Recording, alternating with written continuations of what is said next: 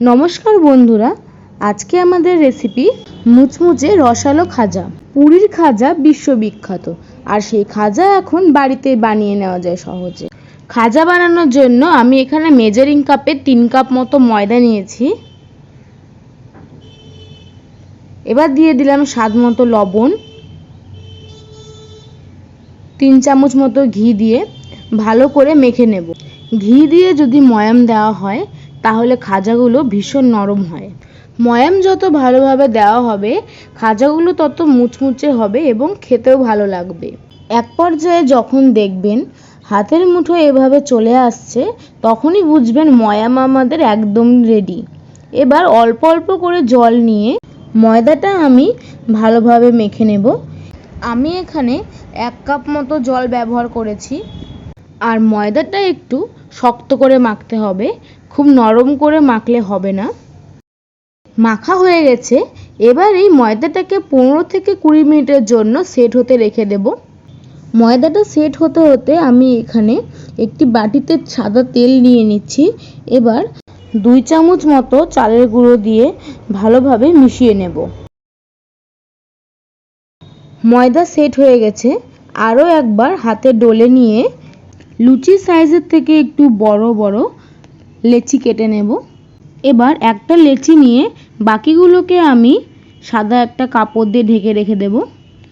এবার ময়দা ছড়িয়ে খুব ভালোভাবে আমি রুটিটাকে পাতলা করে বেলে নেব। যতটা সম্ভব ততটা পাতলা করবেন।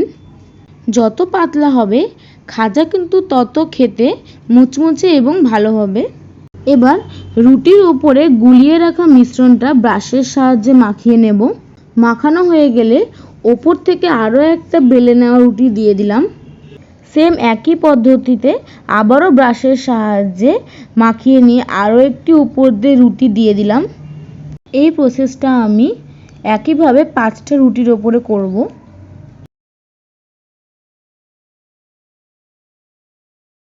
এভাবে 5টা রুটির ওপর তেল ও চালের গুঁড়ো মাখিয়ে নিয়ে এবার সবকটা রুটিকে একসাথে ধরে নিয়ে এভাবে রোল করে দেব।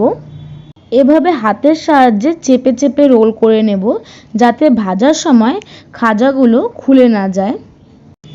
এবার চাকু দিয়ে সমানভাবে সবগুলোকে কেটে নেব।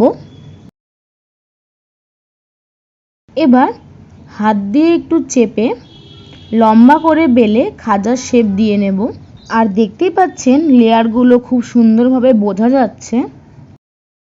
এবার কড়াইয়ে সাদা তেল দিয়ে দেব। তেলটা ভালোভাবে গরম হয়ে গেলে মিডিয়াম আঁচে একটা একটা করে খাজা ছেড়ে দেব তেলে। গ্যাসের ফ্লেমটা মিডিয়ামেই রাখবেন, না হলে খাজাগুলো পুড়ে যাওয়ার সম্ভাবনা থাকবে। আমি এভাবে উল্টে পাল্টে লাল লাল করে খাজাগুলো ভেজে নিচ্ছি। ভাজা হয়ে গেছে, এবার তুলে নেব। এখানে আমি 1 কাপ চিনি ও 3 কাপ জল দিয়ে শিরা বানিয়েছি। সেই শিরার মধ্যে ভেজে রাখা খাজাগুলো দিয়ে হালকা হাতে এপিট ওপিট করে খাজাগুলো উঠিয়ে নেব। প্রত্যেকটা লেয়ার সুন্দরভাবে বোঝা যাচ্ছে এবং দেখে বুঝতেই পারছেন খাজাগুলো কতটা ক্রিস্পি হয়েছে।